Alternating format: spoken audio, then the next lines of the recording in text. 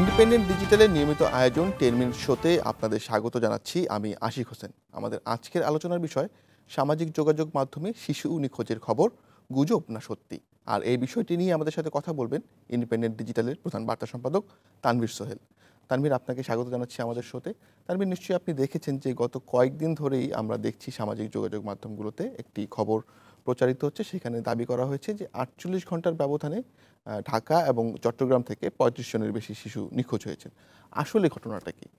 হ্যাঁ, এটা আপনি যেটা বলছিলেন যে গত 2-3 দিন ধরেই কিন্তু এটা ফেসবুকে দেখা যাচ্ছে যে বিভিন্ন জনে কেউ নিজে শেয়ার করতেছেন, কেউ বা নিজে পোস্ট তৈরি করছেন এবং সেখানে সংখ্যাটা ওরকমই বলা হচ্ছে যে 48 ঘন্টায়, কেউ বলছে 35। আমি কাউকে দেখেছি যে সে নিজে 48 জন শিশু নিখোঁজ হয়েছে, এমন কথাও কেউ কেউ এরকম লিখেছেন। এখন প্রশ্নটা হচ্ছে যে আসলে ঘটনাটা কি?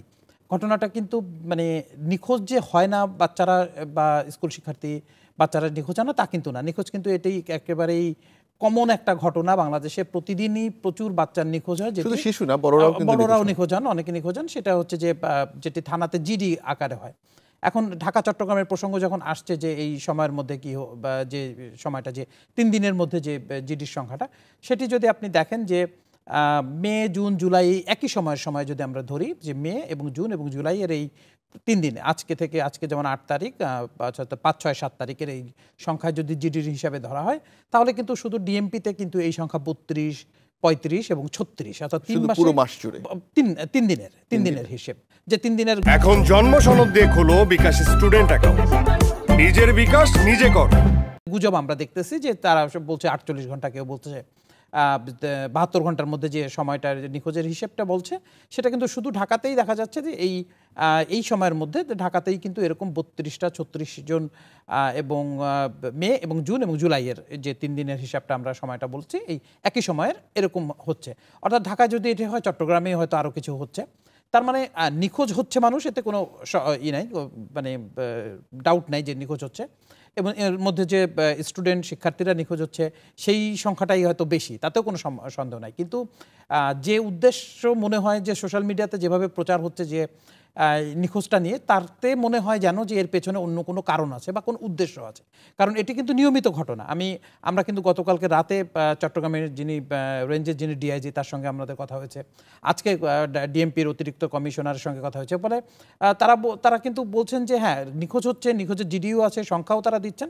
কিন্তু তারা বলছেন যে কিন্তু যে কেন হঠাৎ করে এই নিখোঁজ শব্দগুলো আসছে, সেটি তারা কিন্তু বুঝতে পারছেন এবং তারা মনে করতেছেন কোনো একটা গোষ্ঠী এই নিখোঁজের কথা বলে কোনো কারণে হয়তো কোনো একটা পরিস্থিতি তৈরি করতে চাচ্ছে।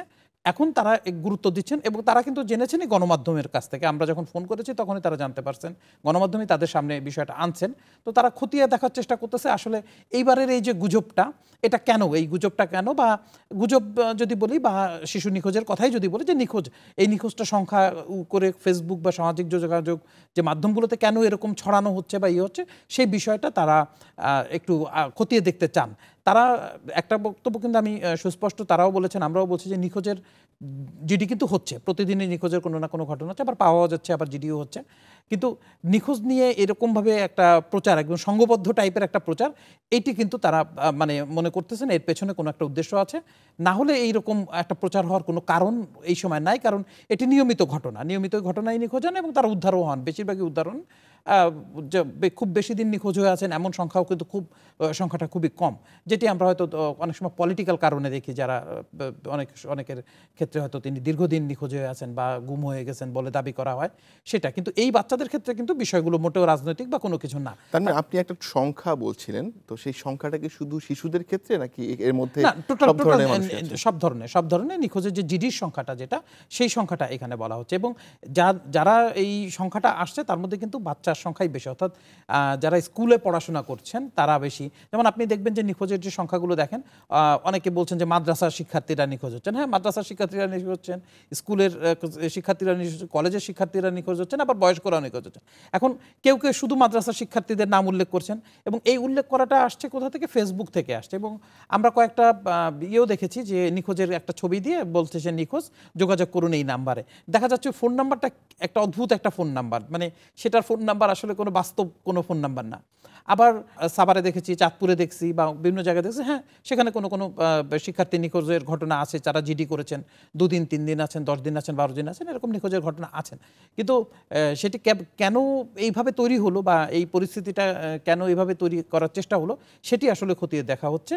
এর পেছনে কিন্তু অনেক কারণও থাকে। আমি একটু আপনি নিশ্চয়ই নিশ্চয়ই আপনার মনে আছে যে যখন পদ্মা সেতুর ভিত্তি স্থাপন করা হচ্ছিল সেই সময়টাতে কিন্তু এ ধরনের ছেলে ধরার একটা গুজব উঠেছিল এবং বলা হচ্ছিল যে পদ্মা সেতু তৈরি করার জন্য মানুষের মাথা লাগবে, এই কারণে শিশুদেরকে তুলে নেওয়া হচ্ছে, ছেলে ধরা বলে একটা গুজব ছড়ানো হয়েছিল। এবং সেই সময় কিন্তু আমরা দেখেছি যে একজন নারী রাজধানীতেই একটা স্কুলে বাড্ডার এবং বেশ কয়েকটা ঘটনা ঘটছে বাড্ডায়। আপনি যেটা বলছেন যে এক নারীকে পিটিয়ে হত্যা, রীতিমতো যে ছেলে ধরা বলে, পরে দেখা গেল তিনি আসলে তার মেয়ের সাথে দেখা করতে গিয়েছিলেন।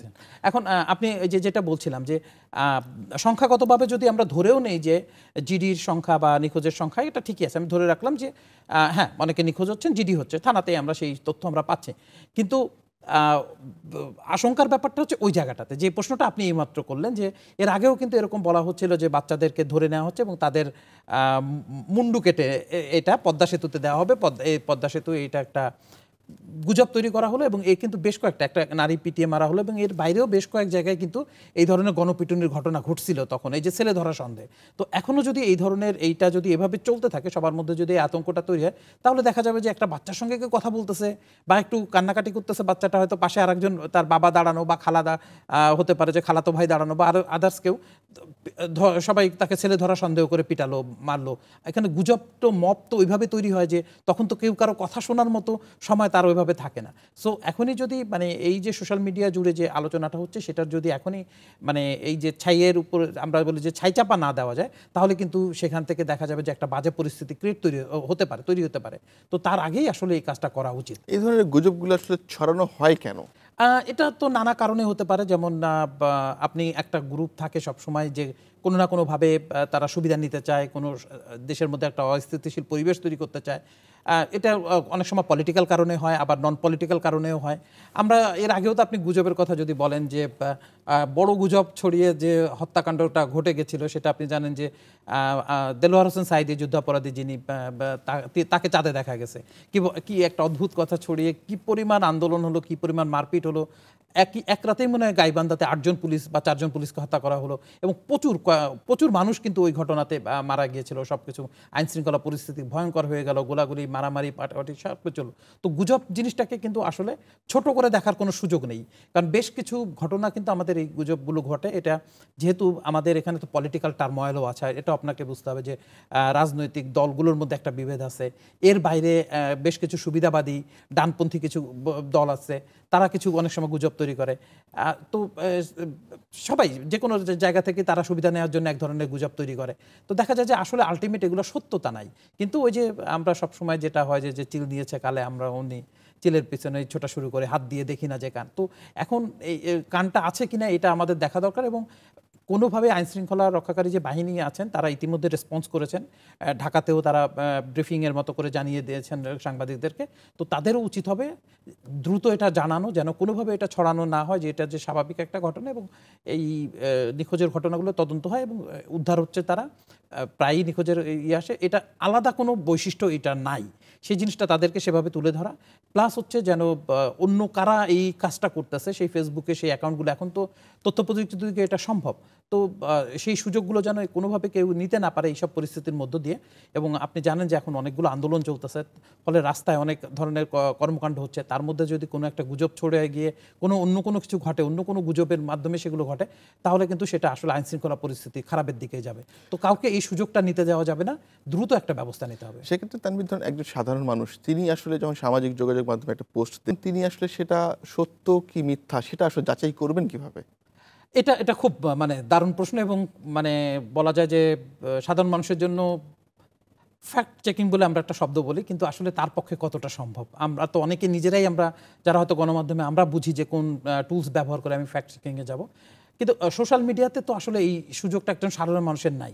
এবং আপনি দেখে থাকবেন যে ইদানিং কিন্তু কোনটা নিউজ আর কোনটা সোশ্যাল মিডিয়ার জাস্ট বক্তব্য বা গুজব বা এমনি কথা বলে যাচ্ছে, এই দুটোর মধ্যে কিন্তু মানুষ অনেক সময় পার্থক্য করতে পারে না। অর্থাৎ আপনি একটা নিউজ করছেন, সেটা এক ধরনের, কিন্তু আপনি আবার একটা হয়তো কোনো কারণে ফেসবুকে একটা পোস্ট দিলেন আপনি, যেটা তো নিউজ না, পোস্ট সামাজিক যোগাযোগ মাধ্যমের এটা কোনো নিউজ না, কিন্তু ওনাকে কিন্তু আপনার এই কথাটা বিশ্বাস করে ফেলবে, হতে পারে সেটা কোনো কারণে, যে কোনো পোস্ট আপনি দিচ্ছেন। এখন এখানে মানুষের আসলে করণীয় নাই, কারণ সাধারণ মানুষ কোনোভাবেই ফ্যাক্ট চেকিং যেতে পারবে না।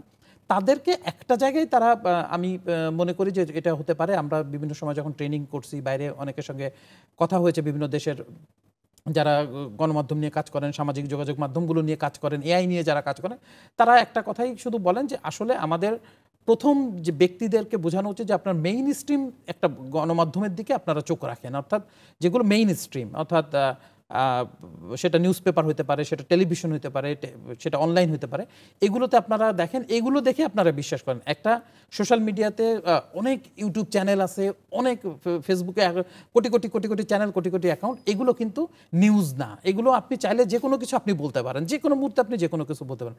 হয়তো আপনি ভায়োলেন্স বা গালাগালি দিচ্ছেন, সেটা হয়তো এআই ডিটেক্ট করতে পারবে, কিন্তু আপনি একটা তথ্যের মতো বলেই যাচ্ছেন, সেটা যে নিউজ কি নিউজ না সেটা কিন্তু আসলে এআই দিয়ে সোশ্যাল মিডিয়া ধরতে পারে না, ইউটিউব ধরতে পারবে না, বা ফেসবুকগুলো ধরতে পারবে না। ফলে প্রথমেই আপনাদেরকে, যে সাধারণ মানুষকে বা আমরা যারা আছে, আমাদের প্রথম বিশ্বাস করতে হলে অন্তত মেইন যে চ্যানেলগুলো আছে, গণমাধ্যম পত্রিকাগুলো আছে, অনলাইনগুলো আছে, এগুলো একটু সার্চ করে দেখা যে আসলে এখানে কোনো কিছু এরকম আসছে কিনা। যদি না এসে থাকে তাহলে আসলে এই জিনিসগুলো বিশ্বাস করা ঠিক না, কারণ সোশ্যাল মিডিয়াকে এই জায়গায় কিন্তু সোশ্যাল মিডিয়ার একটা বড় ফেইলর, যেখানে যে যা ইচ্ছা যে কোনো কিছু তারা গুজব আকারে ছড়াই দিতে পারে যে কোনো মুহূর্তে। তানভীর, অনেক ধন্যবাদ আপনাকে। নিশ্চয়ই পরবর্তীতে আবার আপনার সাথে কথা হবে। ধন্যবাদ আপনাকে। আজ এই পর্যন্তই, দেখা হবে পরের পর্বে। রবি থেকে বৃহস্পতি সাথে থাকুন ইন্ডিপেন্ডেন্ট ডিজিটালের, দেখতে থাকুন 10 মিনিট শো।